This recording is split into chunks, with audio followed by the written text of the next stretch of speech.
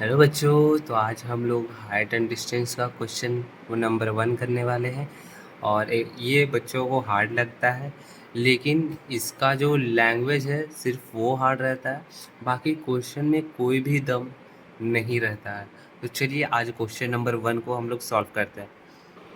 यहाँ पे question number 1 यहाँ पे क्या कह रहा है, अ tower stands vertically on the ground. तो जिस तरीके से बोलता है वैसे वैसे इमेज बनाते चलते हैं। एक ग्राउंड है, मान लो कि ये ग्राउंड है, ठीक है। इस पर एक वर्टिकल टावर खड़ा है। वर्टिकल कुछ इससे होता है, ठीक है। उसके बाद है from a point on the ground which is 20 metre away from the foot of the tower, the angle of elevation its top is found to be 60 degree. Full stop. Find the height of the tower, ठीक है। और take under root बराबर 1.732 हमको लेना है। तो चलिए इसको सॉल्व करते हैं पूरी तरीके। तो देखिए, यहाँ पे सबसे पहले तो जो जो कहा गया है वैसे वैसे फिगर बनाते हैं, उसके बाद ही हमारा पूरा क्वेश्चन सॉल्व हो पाएगा। तो सबसे पहले कहा गया है कि यहाँ पे एक ग्राउंड है, ठीक है ना, उस पर एक वर्टिकल टावर खड़ा हुआ है, ठीक है। उसके बाद कह रहा है कि एक ग्राउंड का पॉइंट से, मान लो कि यहाँ पे एक पॉइंट है ग्राउंड का, ठीक है, ठीक है। यहाँ से जो फुट ऑफ द टावर है वहाँ तक का लेंथ 20 मीटर है हमारे पास, ठीक है। उसके बाद क्या बोल रहा है कि जो एंगल ऑफ एलिवेशन बनेगा ना, from it of its top, sorry, of its top, तो यहाँ से अगर हम इस टावर को देखें तो यहाँ तक टॉप को अगर देख रहे हैं तो एंगल ऑफ एलिवेशन जो हमारा बन रहा है वो कितना डिग्री बन रहा है, 60 डिग्री। तो मैं पहले ये समझा दूँ कि एंगल ऑफ एलिवेशन होता क्या है।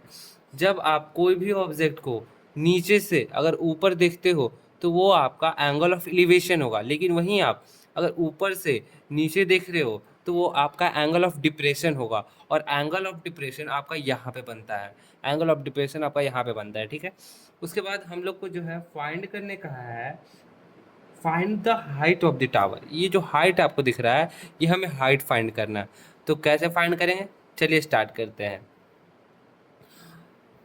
यहाँ पे हमें 60 डिग्री दिया हुआ है, तो इससे पहले चैप्टर में आप लोगों ने ट्रिग्नोमेट्री पढ़ा था, तो इसका ट्रिग्नोमेट्री का यूज़ होगा यहाँ पे। तो यहाँ पे अगर हम यूज़ करें टैन थीटा, क्यों यूज़ करेंगे टैन थीटा, क्योंकि टैन थीटा का अगर रेशियो देखोगे तो वो परपेंडिकुलर और बेस का रेशियो होता है, और हमें निकालना क्या है, परपेंडिकुलर। हमारे पास बेस पता है, और आपको पता है कि जो एंगल होता होगा उसका एडजेसेंट साइड है वो बेस होता है और उसके सामने वाला परपेंडिकुलर होता है। तो यहाँ टैन थीटा बराबर ए सी बाई बी सी, और टैन 60 यहाँ पे है।